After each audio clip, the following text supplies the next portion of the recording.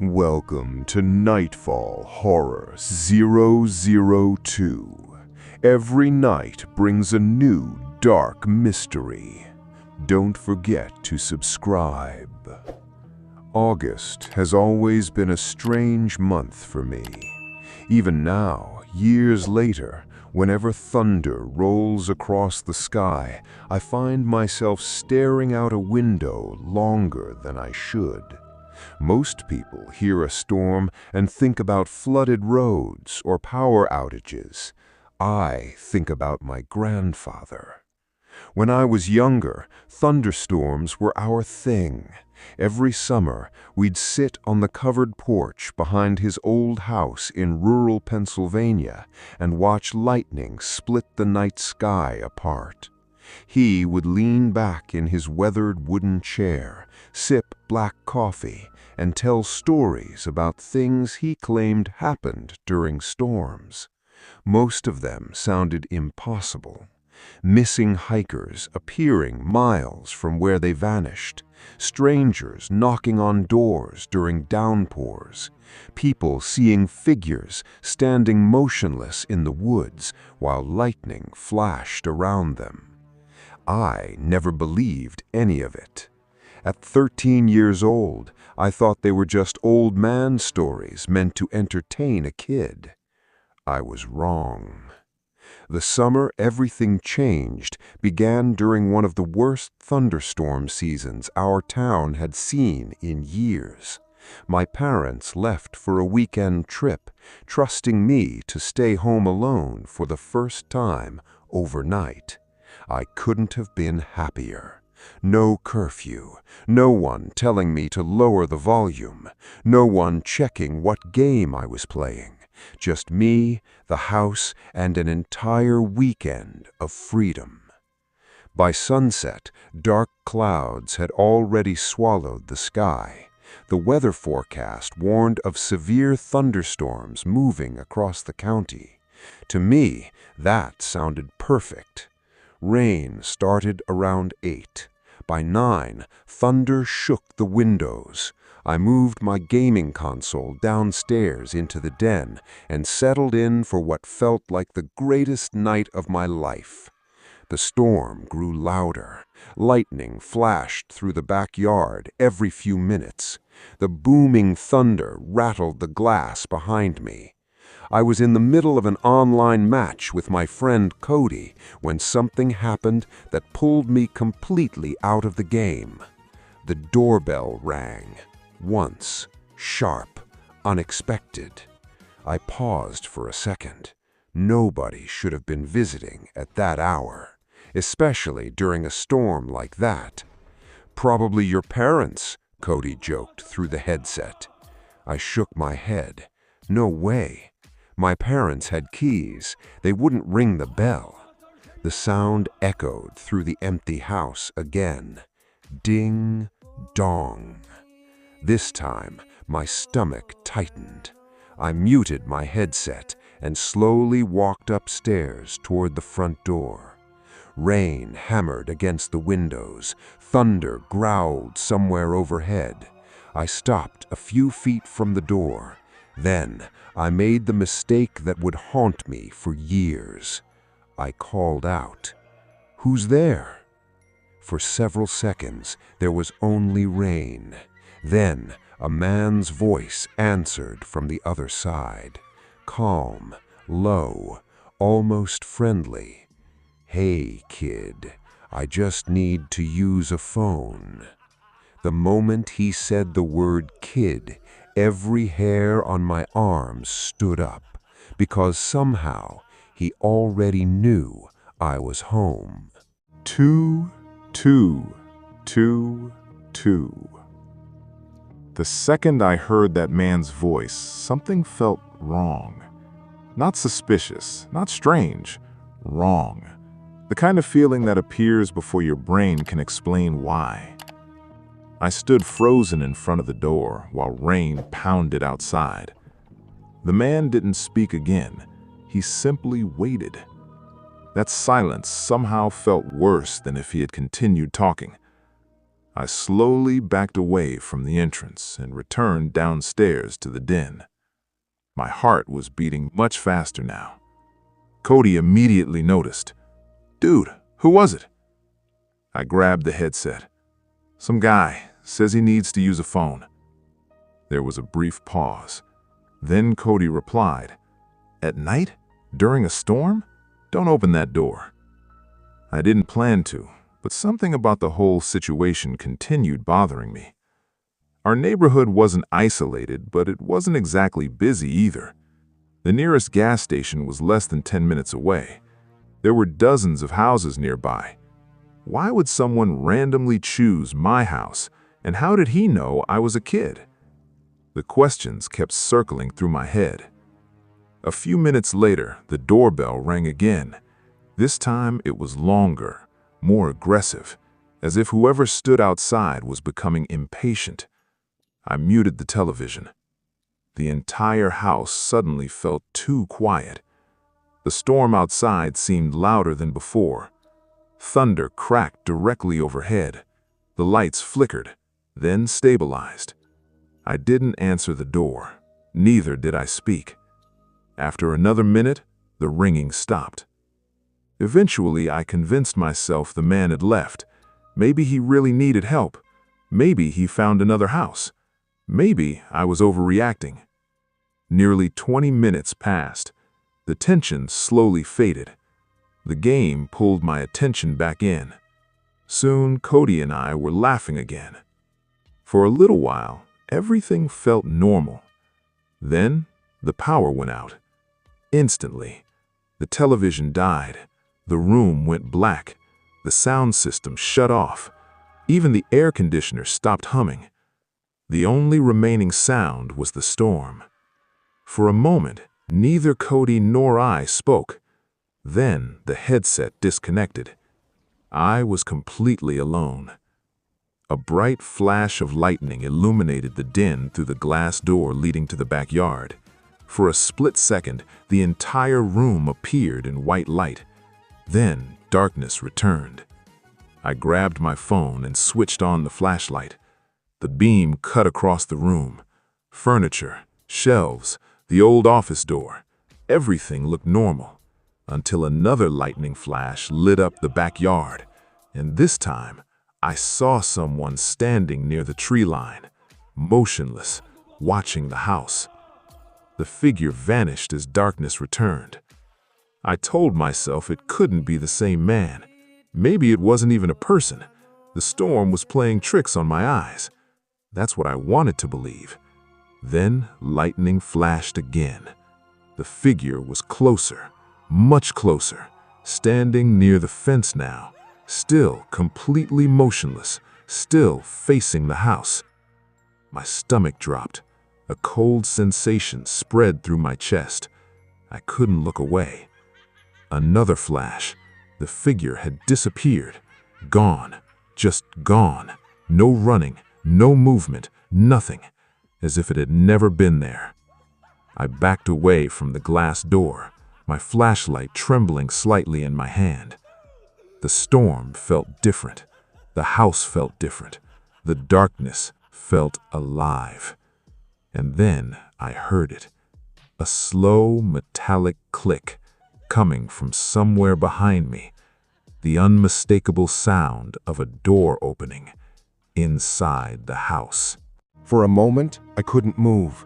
The metallic sound echoed through the darkness behind me. A door. Not outside. Inside. Every instinct screamed at me not to turn around, but I did. Slowly. The flashlight beam shook as I aimed it toward the back of the den.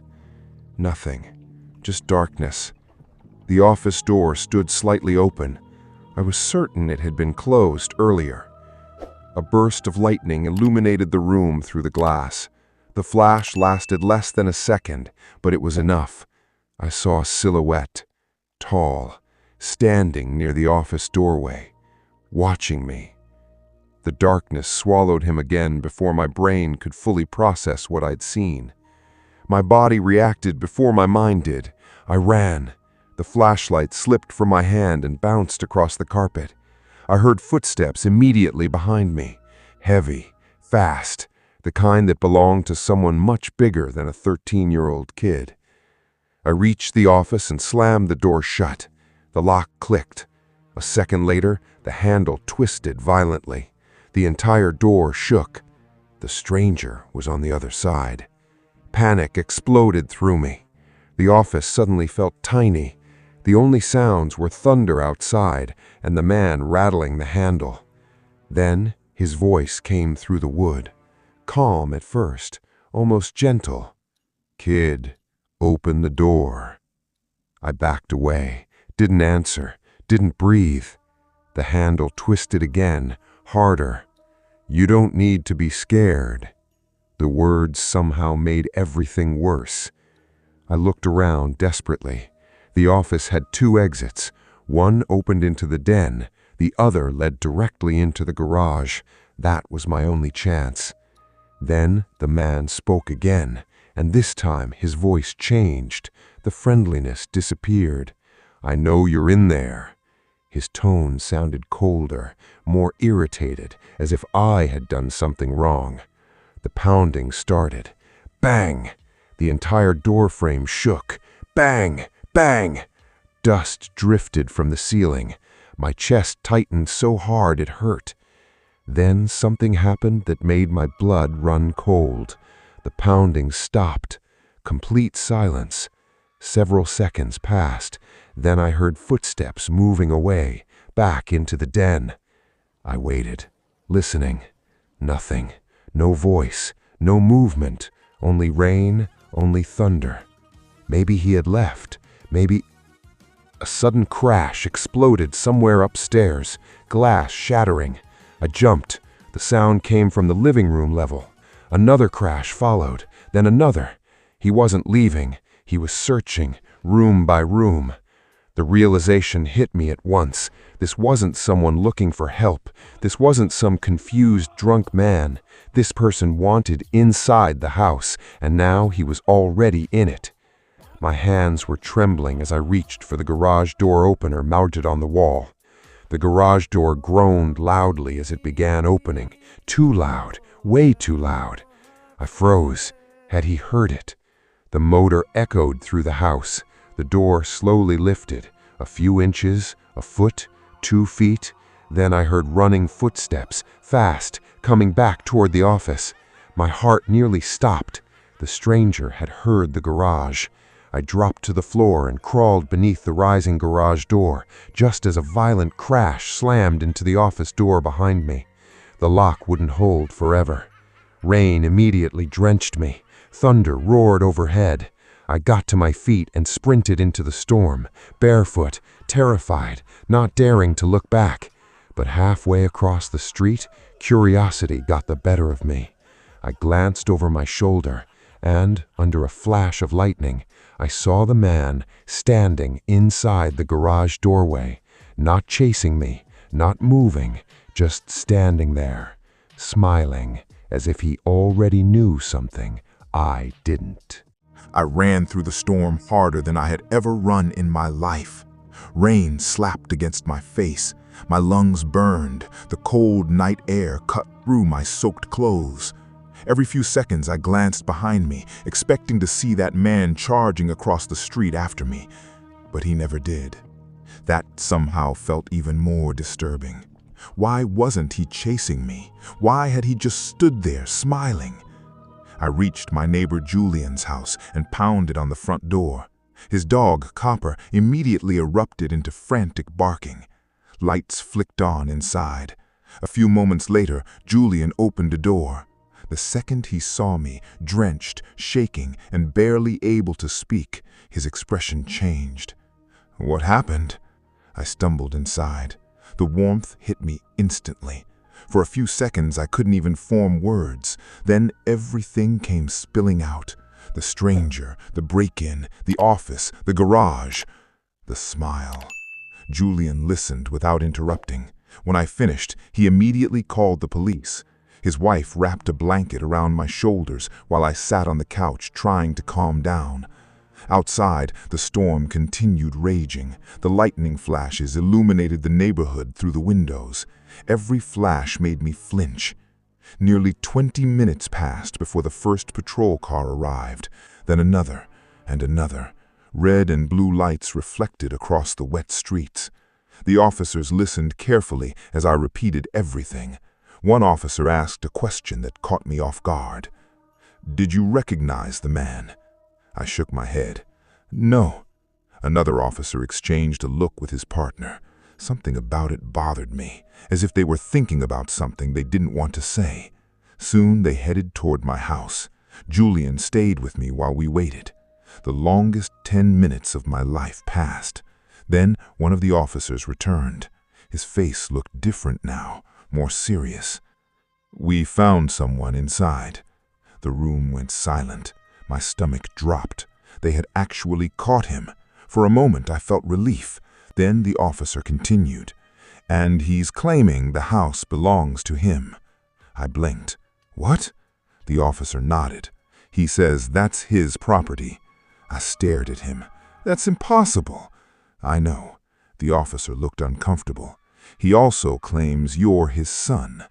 The room fell silent again. A chill moved through my body. The storm outside suddenly seemed very far away. I laughed nervously, not because it was funny, because it was insane. The officer didn't laugh. That made it worse. An hour later, my parents finally arrived home after being contacted by police. The stranger had already been transported to the station, but before leaving, officers had managed to identify him. His name was Thomas Hargrove. None of us had ever heard that name before. Not my parents, not Julian, not anyone. The police suspected he was either intoxicated or suffering from severe mental illness. Case closed. Or at least that's what everyone thought. The next morning, after barely sleeping, I went downstairs with my parents to inspect the house. The damage wasn't extensive: a broken window, mud on the floors, a few overturned items. Then my father found something, a folded piece of paper sitting on the kitchen counter. Nobody knew how it got there. The officers hadn't mentioned finding it. My father carefully unfolded it. His expression immediately changed. "What is it?" my mother asked. He didn't answer. Instead, he handed it to me. Written in shaky handwriting were 7 words, 7 simple words that made my blood freeze. "The storm always brings me home." And beneath the message was a date, August 17th, exactly 20 years before the night of the break-in. None of us understood what it meant, but later that evening, my grandfather would see that note, and the moment he did, the color drained from his face, because according to him, that man should have been dead for nearly 2 decades. The moment my grandfather saw the note, he went silent. Not the kind of silence where someone is thinking, the kind where someone is remembering something painful, something they hoped would stay buried forever. He sat at the kitchen table staring at the paper while thunder rolled in the distance outside. Another storm was forming. I noticed his hands trembling slightly. That scared me more than anything. My grandfather was the toughest man I knew. Nothing rattled him. Yet somehow this did. Finally, he looked up. "Where did you get this?" My father explained everything: the break-in, the arrest, the strange claims, the note. When he finished, Grandpa slowly leaned back in his chair. His eyes looked distant, like he was staring into another time. Then he spoke. "I knew Thomas." The room instantly became silent. My father frowned. "You never told us that." Grandpa nodded. "Because I spent 20 years trying to forget him." A cold feeling settled over me. Outside, rain began tapping softly against the windows. Grandpa took a deep breath. Then he started telling a story none of us had ever heard before. Back in August of 1993, he worked with a small volunteer rescue team. One night, during a massive thunderstorm, a call came in about a missing man near the state forest. That missing man was Thomas Hargrove. For 3 days, search teams combed the woods. Eventually, they found him, or at least they found what was left of him. His body was discovered deep in a section of forest locals avoided. The official report blamed exposure and hypothermia. Case closed. But Grandpa never believed it, because according to him, Thomas wasn't alone when they found him. At first, everyone assumed the second figure near the body was another victim, but when rescuers approached, the figure stood up and disappeared into the woods. No footprints, no explanation, just gone. The search team spent hours looking for whoever it was. They never found anyone. That alone would have been unsettling, but it wasn't the part that haunted my grandfather. The disturbing part came later, when they searched Thomas's belongings. Inside his jacket was a notebook. Most of the pages were soaked and ruined, except one. On that one page, Thomas had written the same sentence over and over, hundreds of times. "The storm brings them closer." The exact same handwriting that appeared on the note left in our house. My mother nervously laughed. "Someone's playing a prank." Grandpa didn't respond. Instead, he reached into his wallet, slowly, carefully. Then he pulled out an old photograph. The picture looked ancient, faded, wrinkled, weather-damaged. My grandfather handed it to me. The moment I saw it, every hair on my body stood up. The photograph showed 6 members of the rescue team standing beside their trucks. My grandfather was there, several other men, and standing near the edge of the photo was Thomas Hargrove. The same face, the same eyes, the same man police had arrested the night before. Exactly the same. Not older, not younger. Exactly the same. 20 years later, no difference whatsoever. The room became completely silent. Nobody knew what to say. Then lightning flashed outside. A bright white burst illuminated the kitchen. For a split second, I glanced toward the window, and my stomach dropped. There was someone standing in the rain, watching the house, motionless, far out near the tree line, the same place where I had seen the figure the night before. I jumped from my chair. By the time everyone looked outside, the figure was gone. But something told me this wasn't over.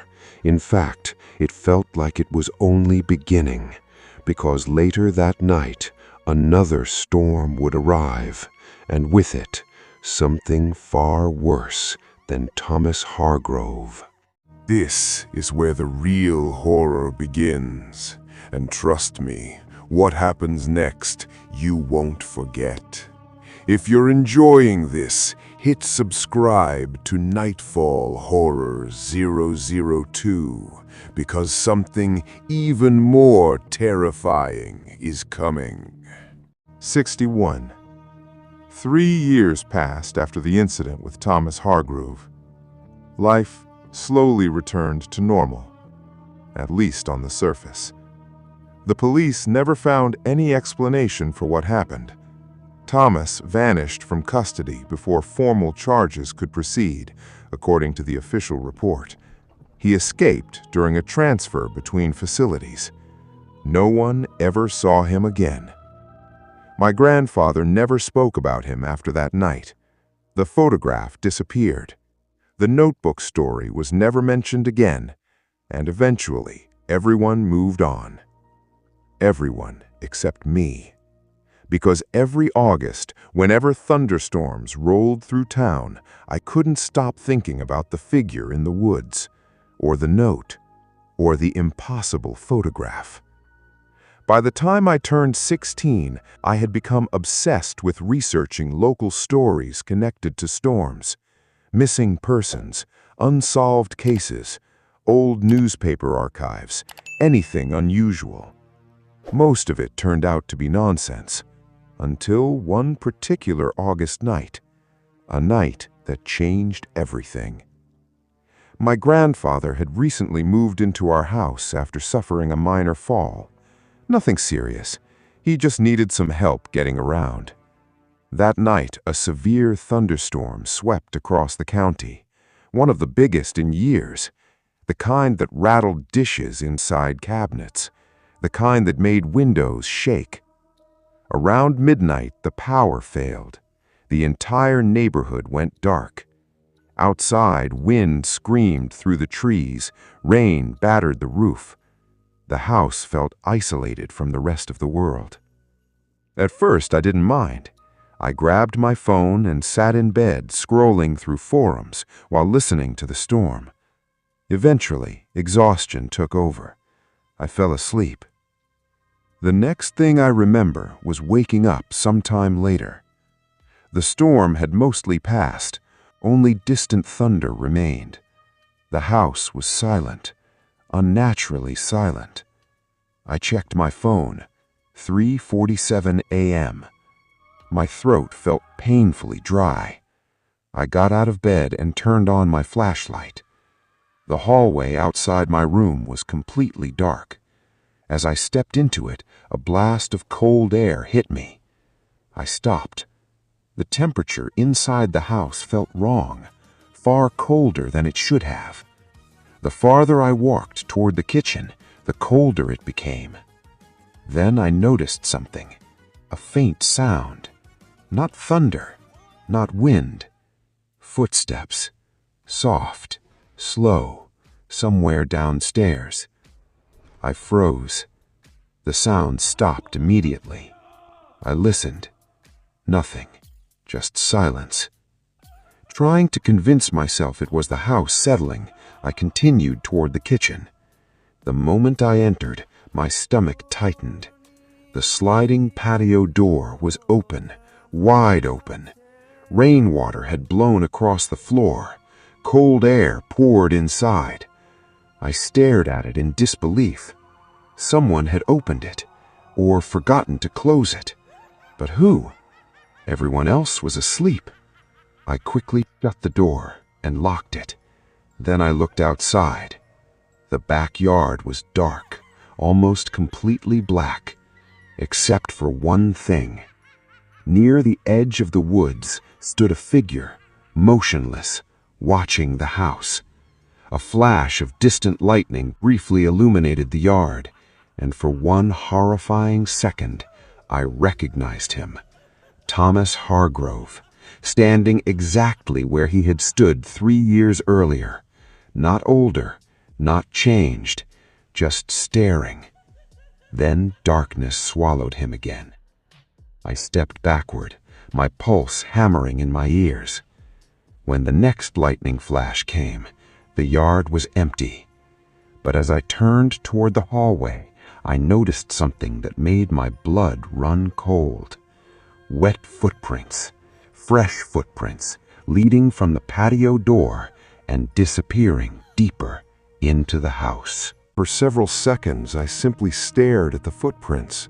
My brain refused to process what I was seeing. They were real, fresh, dark, wet marks spread across the hardwood floor. Each print glistened under the weak beam of my phone flashlight. Whoever made them had come in from outside, and they hadn't left. A knot formed in my stomach. I slowly followed the trail with my eyes.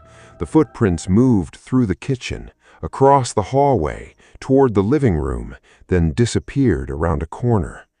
The silence inside the house suddenly felt suffocating. I considered waking my grandfather immediately, but another part of me wanted to make sure I wasn't overreacting. Maybe one of my family members had stepped outside earlier. Maybe there was a reasonable explanation. Deep down, though, I already knew there wasn't. The footprints were too large, too recent, too deliberate. I tightened my grip on the flashlight and slowly moved forward. Every step felt heavier than the last. The hallway seemed longer somehow, the shadows darker, the air colder. As I reached the living room, another sound stopped me. A faint creak, somewhere above me. The second floor. My chest tightened. Nobody should have been upstairs. All the bedrooms were downstairs, including my grandfather's. The creak came again, slow, measured, like someone shifting their weight. Then silence. I stood frozen, listening. A flash of lightning illuminated the room through the front windows. For an instant, the entire house glowed white, and in that instant, I saw a figure standing at the top of the staircase, motionless, watching me. The light vanished. Darkness returned. I nearly dropped my phone. My pulse exploded. I aimed the flashlight toward the stairs. Nothing. The landing was empty. The figure was gone. Yet I knew what I'd seen. Someone had been there. Without thinking, I hurried toward my grandfather's room. I knocked once and opened the door. "Grandpa!" No response. My flashlight swept across the bed. Empty. The blankets were pushed aside. The room was vacant. A cold wave washed over me. My grandfather never left his room at night, especially not during storms. "Grandpa!" I called again. Still nothing. Then I noticed something sitting on his nightstand.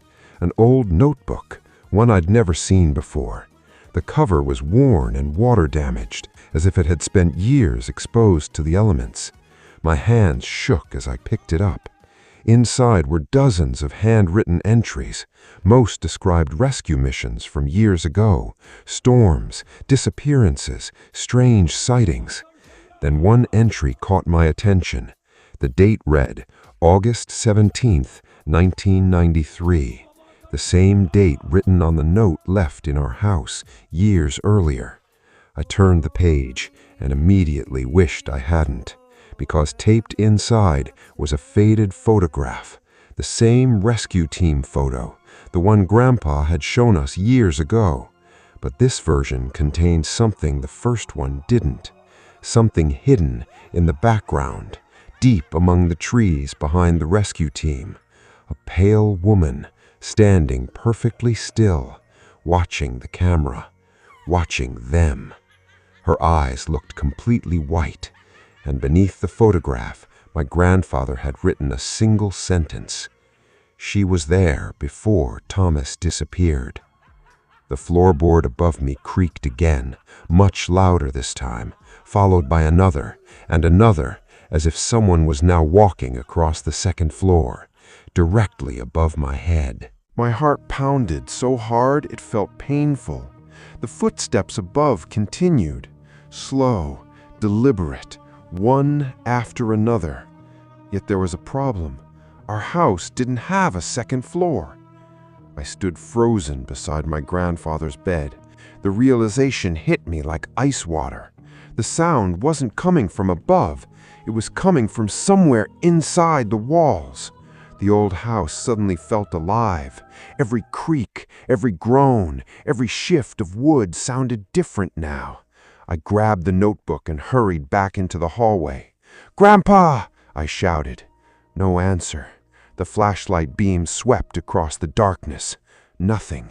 The house remained silent. Then I noticed a faint glow coming from my bedroom, a dim white light, barely visible. I knew I had left the room dark. The power was still out. There should have been no light at all. Slowly, I approached the doorway. The closer I got, the colder the air became. My breath became visible, a thin mist hanging before my face. The light seemed to be coming from beneath my bed. I stopped several feet away. Every instinct told me not to look, not to go any closer. But fear and curiosity are strange partners. Sometimes fear itself forces you to seek answers. I raised the flashlight, stepped inside, and aimed the beam toward the floor. Nothing. The glow disappeared instantly. The room looked normal, almost, except for one thing. My bed had shifted, only a few inches, but enough for me to notice. I hadn't moved it. A faint scraping mark ran across the floorboards, as if something heavy had been dragged. The room suddenly smelled strange. Wet earth, mold, rotting leaves, the same smell you find deep inside a forest after heavy rain. I swallowed hard, then slowly knelt beside the bed. The flashlight trembled in my hand.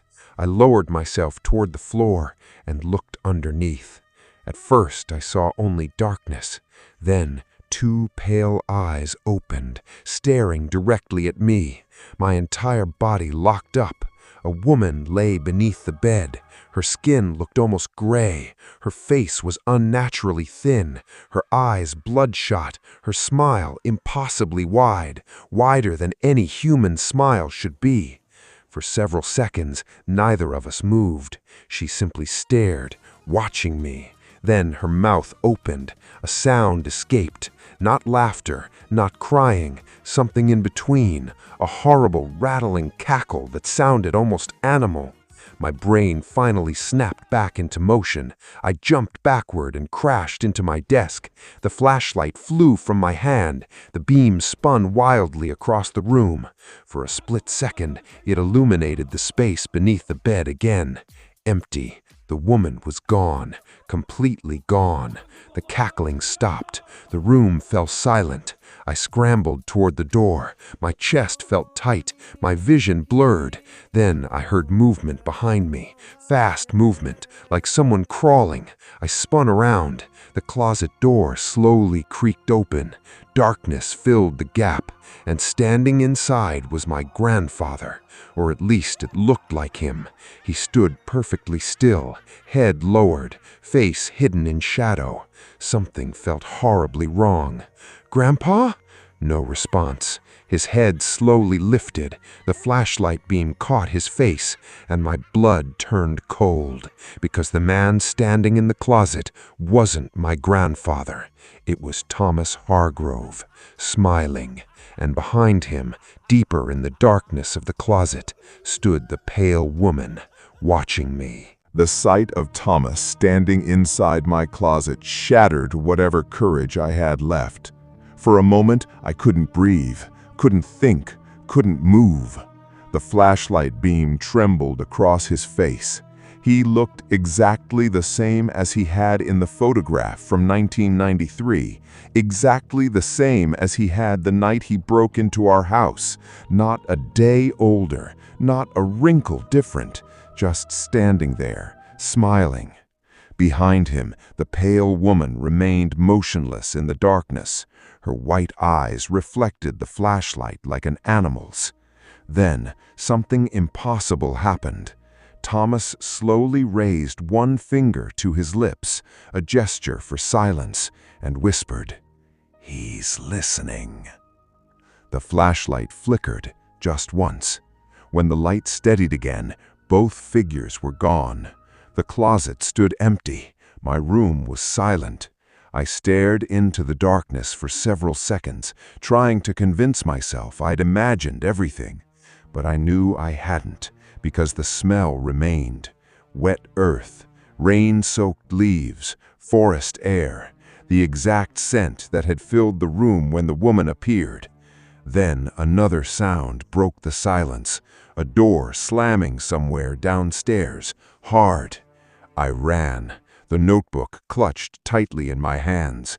Every light remained out, every room felt unfamiliar. I reached the living room and nearly collided with my grandfather, the real one.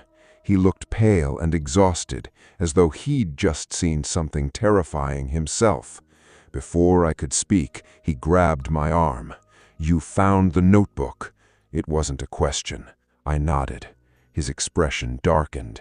Then he glanced toward the windows, toward the storm outside. The rain had started again, soft at first, growing heavier by the second.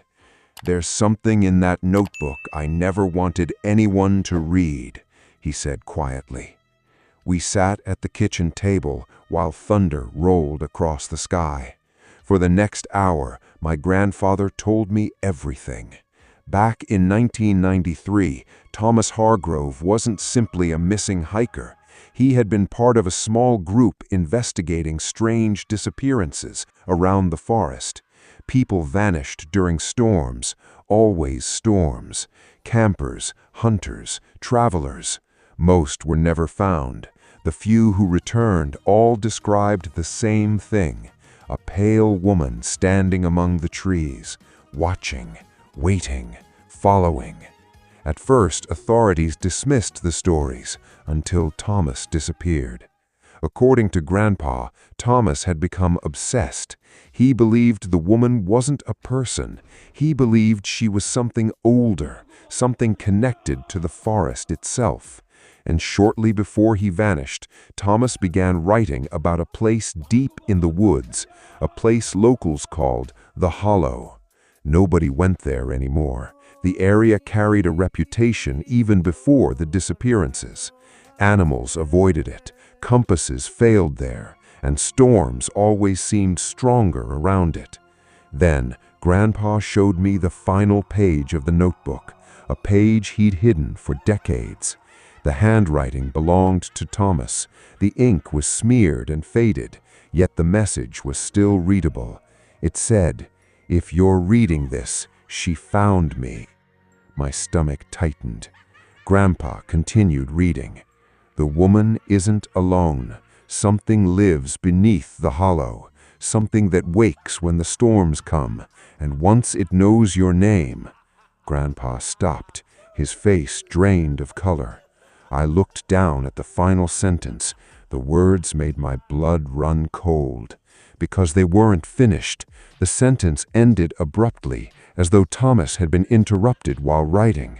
But beneath it, someone else had added another line, written in fresh ink, ink that couldn't possibly have been there 30 years. The message read, "It already knows yours." At that exact moment, a violent knock struck the front door. 3 loud bangs, followed by another and another. Someone was outside, in the storm. The knocking continued. Slow, heavy, deliberate. Each impact rattled the front door. Neither my grandfather nor I moved. The storm outside had become violent again. Rain hammered the windows. Thunder rolled across the sky like distant explosions. Yet somehow the knocking cut through all of it. Bang, bang, bang. My grandfather slowly stood. For the first time in my life, I saw genuine fear in his eyes. Not concern, not worry, fear. He looked toward the door, but made no attempt to answer it. Then he whispered something that made my stomach tighten. "Whatever happens, don't open that door." The knocking stopped. For a few seconds, silence filled the house. Then something far worse happened. A voice spoke from outside. A woman's voice, soft, almost gentle. "Please help me." Every hair on my arm stood up. The voice sounded close, too close, as though she were standing directly on the porch. Rain continued pounding the roof. The woman spoke again. "I'm lost." I felt my grandfather grip my shoulder, hard, painfully hard. His eyes never left the door. "Don't listen." The voice outside changed, subtly. It sounded different now, familiar. My chest tightened, because suddenly it sounded exactly like my mother. "Please open the door." I stared at Grandpa. His expression remained frozen. He had heard it too. Then the voice changed again. This time it sounded like my father, then my best friend, then Julian, then people I hadn't seen in years. The same plea every time, the same request: open the door. The realization made me feel sick. Whatever was outside wasn't human. The voice finally stopped. Silence returned. For nearly a minute, nothing happened.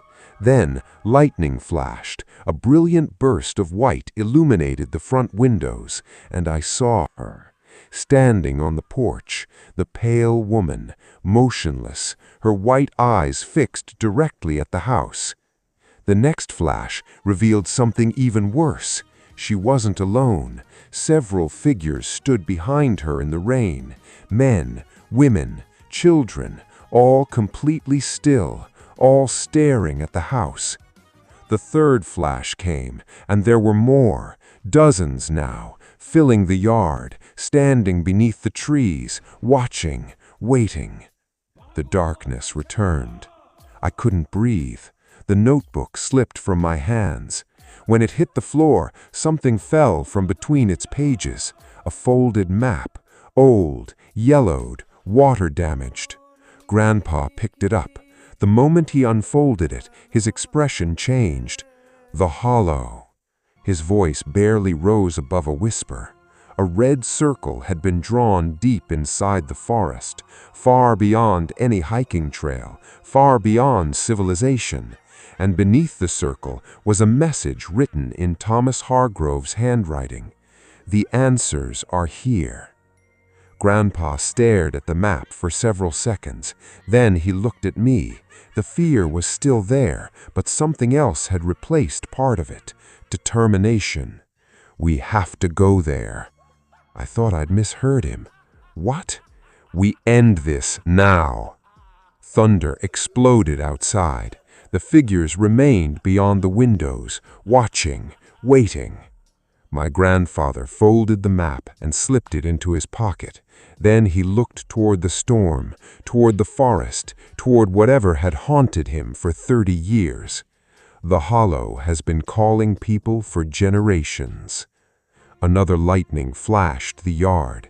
Every figure vanished instantly, gone, as though they had never been there. The storm, however, continued, and for the first time I realized something terrifying. Everything that had happened so far, the break-in, Thomas Hargrove, the woman under the bed, the voices, the notebook, they were all leading toward one destination, one place hidden deep inside the woods, a place we would enter the following night, a place where many people had disappeared, and where some things never came back out. I almost stopped the video here, because what appears next isn't human. Nahid Hassan kept saying one thing. It's standing right behind me. If you're still watching, subscribe to Nightfall Series 2. Following evening, the sky looked wrong. The weather forecast predicted clear conditions, but dark clouds were already gathering over the forest, almost as if something was waiting for us. My grandfather spent the entire day preparing. He packed flashlights, extra batteries, food, water, an old hunting rifle I had never seen before. Most disturbing of all, he packed the notebook, the same notebook Thomas Hargrove had written in before disappearing. By sunset, we were driving north toward the state forest. The farther we traveled, the fewer signs of civilization remained. Roads became narrower, streetlights disappeared, cell service faded. Eventually, even the GPS stopped functioning. The forest seemed endless. Towering trees swallowed the fading daylight, their branches twisted together overhead like skeletal fingers. Thunder rumbled in the distance. The storm was following us, or maybe we were following it. Neither possibility made me feel any better. 2 hours later, we reached a rusted gate blocking an abandoned service road.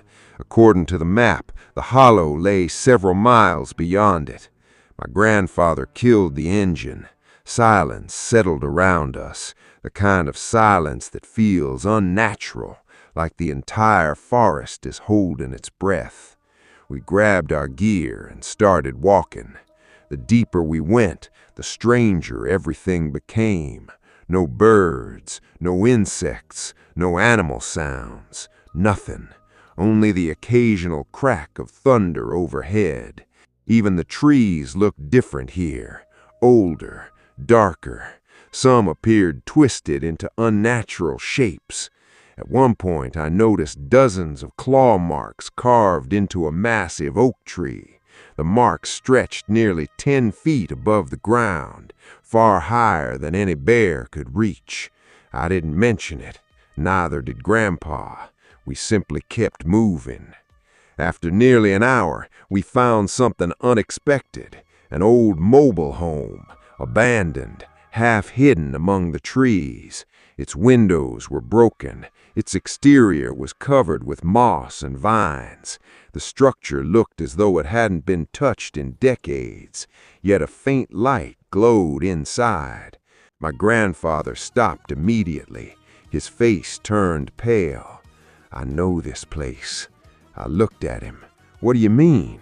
He stared at the trailer. "There used to be a hunting camp here." His voice sounded distant. "I haven't seen it since 1993. A chill ran through me. The same year Thomas disappeared. The same year everything began. We approached cautiously. The front door stood slightly open. The light inside flickered, like candlelight or a lantern. My grandfather raised the rifle, slowly, carefully. Then we stepped inside. The smell hit us first. Damp wood, mold, rotten leaves, and something else, something metallic, the scent of old blood. The interior looked abandoned. Dust coated everything. Furniture sat untouched, yet the lantern on the table burned brightly. Impossible. Someone had lit it recently.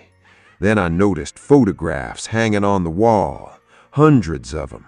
Old photographs, new photographs, pictures taken across decades. People standing in forests, people standing near campsites, people standing beside roads.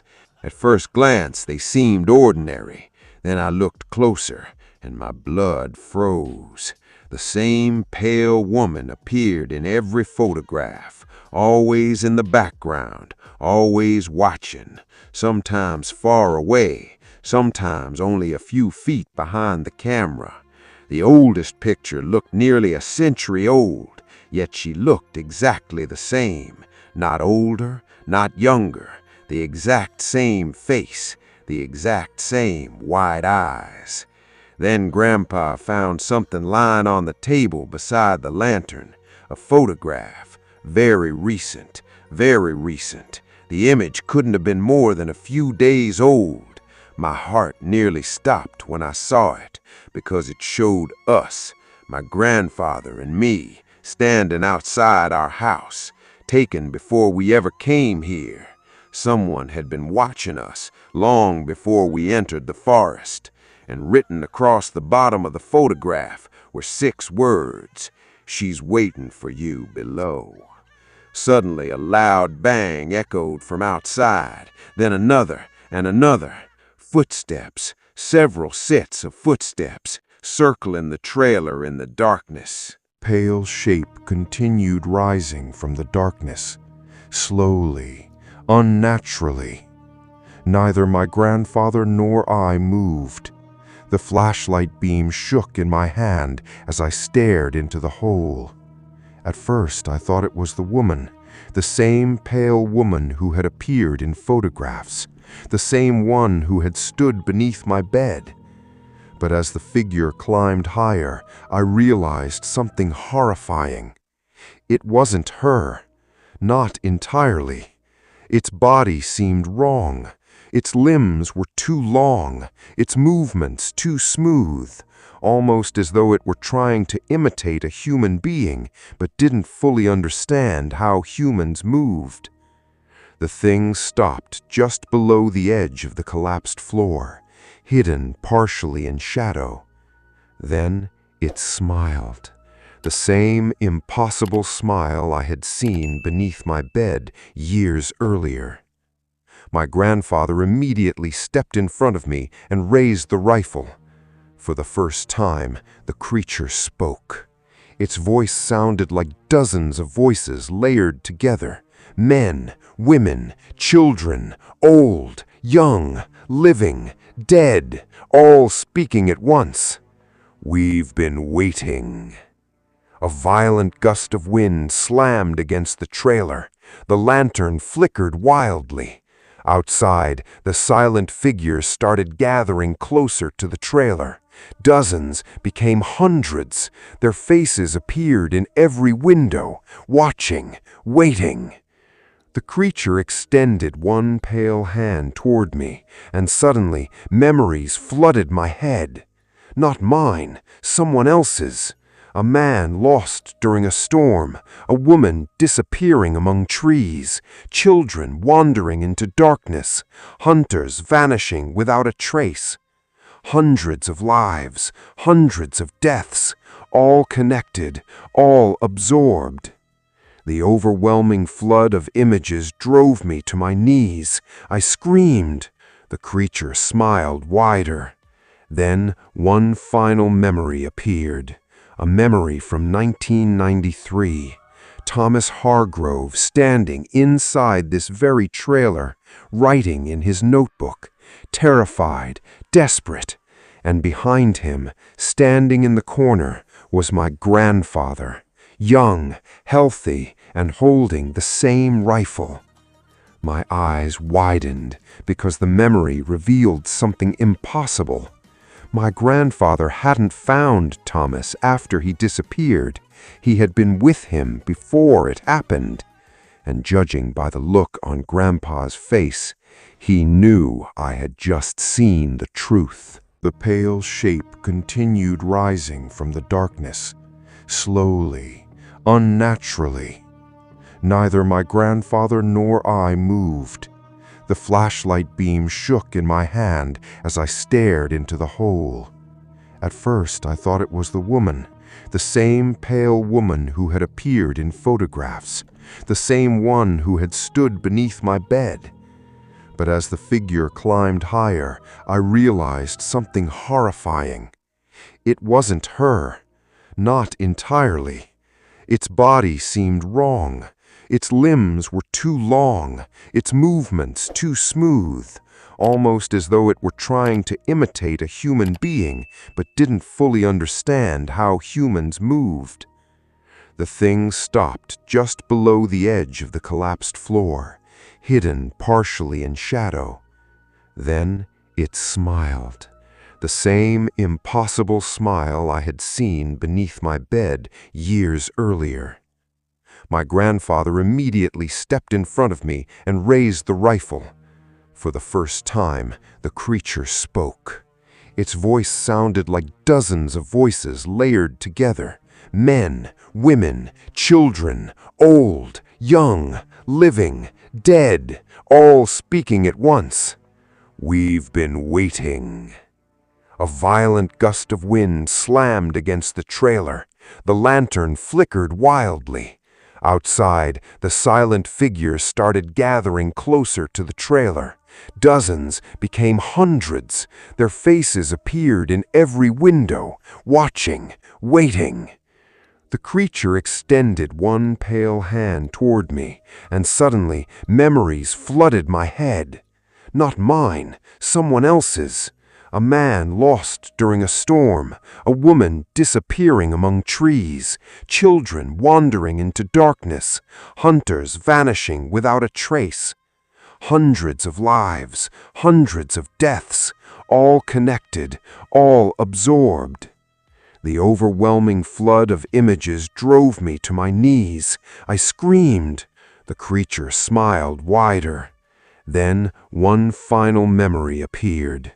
A memory from 1993. Thomas Hargrove standing inside this very trailer, writing in his notebook, terrified, desperate, and behind him, standing in the corner, was my grandfather, young, healthy, and holding the same rifle.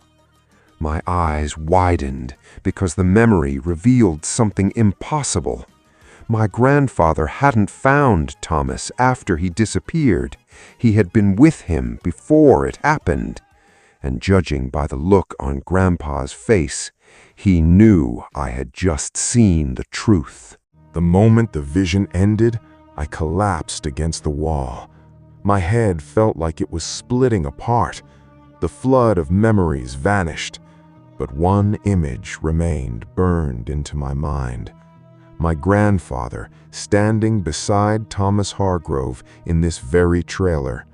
Before Thomas disappeared, before any of the official stories, before the search teams, before the lies. The creature slowly retreated into the darkness below, almost as if it had shown me the memory on purpose. My grandfather didn't look surprised. He looked defeated. Outside, thunder roared. The figures surrounding the trailer remained perfectly still, watching us through every window, waiting. I slowly stood. My legs felt weak. "Grandpa," my voice barely worked. "You knew Thomas." He closed his eyes. For several seconds, he said nothing. Then he nodded, a slow, painful nod. I did. The confession hit harder than I expected. Years of secrets suddenly felt real. The notebook, the photographs, the fear, everything. "Why didn't you tell anyone?" His shoulders sagged. "Because nobody would have believed me." Lightning flashed outside. The trailer briefly filled with white light. My grandfather looked older than I'd ever seen him. Not physically, emotionally, like a man carrying a burden for decades. Then he finally told me the truth. Back in 1993, he and Thomas weren't strangers. They had been investigating the disappearances together. Both of them had heard stories about the Hollow. Both believed there was something hidden deep beneath the forest. At first, they thought it was a criminal, a cult, a serial killer, something human. They were wrong. One August night, they followed a trail of missing person reports to this abandoned trailer, the same trailer we were standing in now. And beneath it, they discovered the hole, the entrance to whatever lived below. Thomas became obsessed. He wanted answers. He wanted proof. My grandfather wanted to leave, but Thomas refused. For days they stayed here, documenting strange events, voices in the woods, people appearing where nobody should be, the pale woman watching from the trees. Then came the storm, the biggest storm either of them had ever seen, and during that storm, something came out of the hole. My grandfather's voice shook as he spoke. It wasn't the woman. It was the thing wearing her face. A cold chill spread through me. The creature had been imitating victims for decades, maybe centuries, using familiar faces, familiar voices, drawing people closer, the same way it had tried to lure me. Then Grandpa revealed the secret he had hidden for 30 years. Thomas hadn't disappeared. He had volunteered.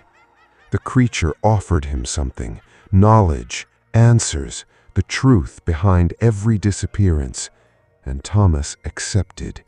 He climbed down into the hollow willingly.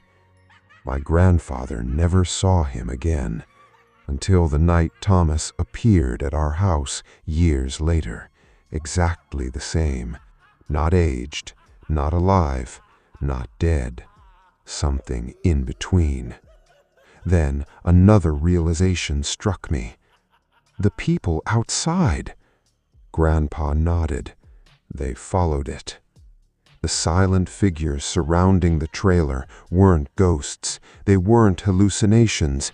They were people who had answered the call, people who entered the hollow, people who never truly came back. The walls suddenly shook violently. The trailer groaned. Outside, the storm reached its peak. And then we heard it. A scream, human, terrified, coming from deep below the hole. Then another and another, hundreds of voices, all screaming at once. The sound echoed through the earth beneath us. My blood turned cold, because among those voices I recognized one, Thomas Hargrove, still screaming, 30 years, still trapped somewhere below. Then the creature spoke again from the darkness. Its voice echoed through the entire trailer. This time it addressed my grandfather directly. "William." A long pause followed, then the words that made his face go white. "It's time to finish what you started." The moment the creature spoke my grandfather's name, everything changed. The trailer shook violently. The floorboards groaned. Dust rained from the ceiling. Outside, the storm reached a level I had never witnessed before.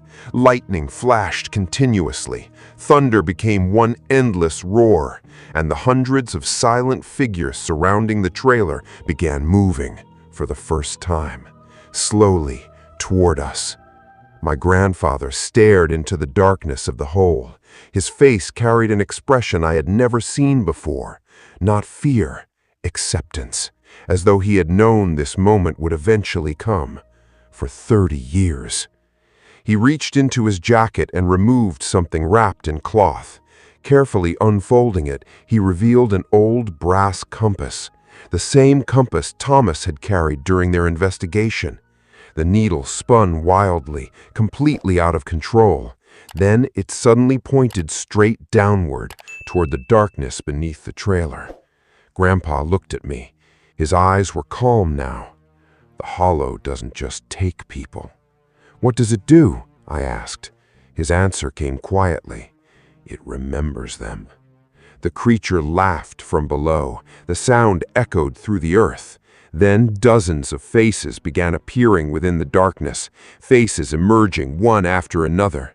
Thomas, the pale woman, missing hikers, children, men, women, hundreds of trapped souls staring upward. The sight nearly broke me. Then something unexpected happened. Among the faces, Thomas Hargrove pushed forward. Unlike the others, his expression wasn't empty. It was desperate, terrified. He looked directly at my grandfather and mouthed 2 words, "End it." Grandpa saw it too. For a moment, neither spoke. Then Grandpa nodded, slowly, sadly, as if he finally understood. The creature's voice instantly changed. Its confidence vanished. "William," a warning, not a greeting. My grandfather gripped the brass compass, then looked at me one last time. "Get outside." My stomach dropped. "No! Now!" The authority in his voice left no room for argument. Another violent tremor shook the trailer. The figures outside had reached the walls, their pale faces pressed against the windows, watching, waiting. My grandfather handed me the notebook, Thomas's notebook, the thing that had started everything. "Take this and run." I hesitated. Then another scream erupted from below, hundreds of voices crying out at once. The sound finally pushed me into motion. I turned and sprinted toward the exit. The door burst open. Rain immediately drenched me. Wind nearly knocked me off my feet. I stumbled into the storm, then looked back. My grandfather remained inside the trailer, standing at the edge of the hole, holding the compass. Lightning exploded overhead. For a brief second, the entire forest became bright as daylight, and I saw something impossible. The trees themselves seemed to be moving, bending toward the trailer, toward the hollow, toward whatever lived beneath it. Then the world turned white. A blinding flash of lightning struck the trailer directly. The explosion threw me backward. The ground shook beneath me. For several seconds, I couldn't hear anything, couldn't see anything. Only white light, then darkness. When my vision finally returned, the storm was ending. The rain had weakened, the thunder was fading, and the trailer was gone. Completely gone. No debris, no wreckage, nothing. Only an empty clearing where it once stood. The figures surrounding it had vanished too, as though none of it had ever existed. I searched for hours. I called for my grandfather until my voice disappeared, but he was gone. The hollow was gone. Everything was gone. Police never found evidence of the trailer or the hole or the people. They assumed my grandfather got lost during the storm. They called it a tragic accident. I never argued, because no one would have believed the truth. Years have passed since that night. The notebook remains locked away. I still have it. Sometimes I open it. Most pages haven't changed, but every August a new line appears, always written in the same handwriting, Thomas Hargrove's handwriting. The most recent message appeared 3 nights ago, just before another thunderstorm rolled through town. The words were simple, only 6 words. The storm is bringing them back.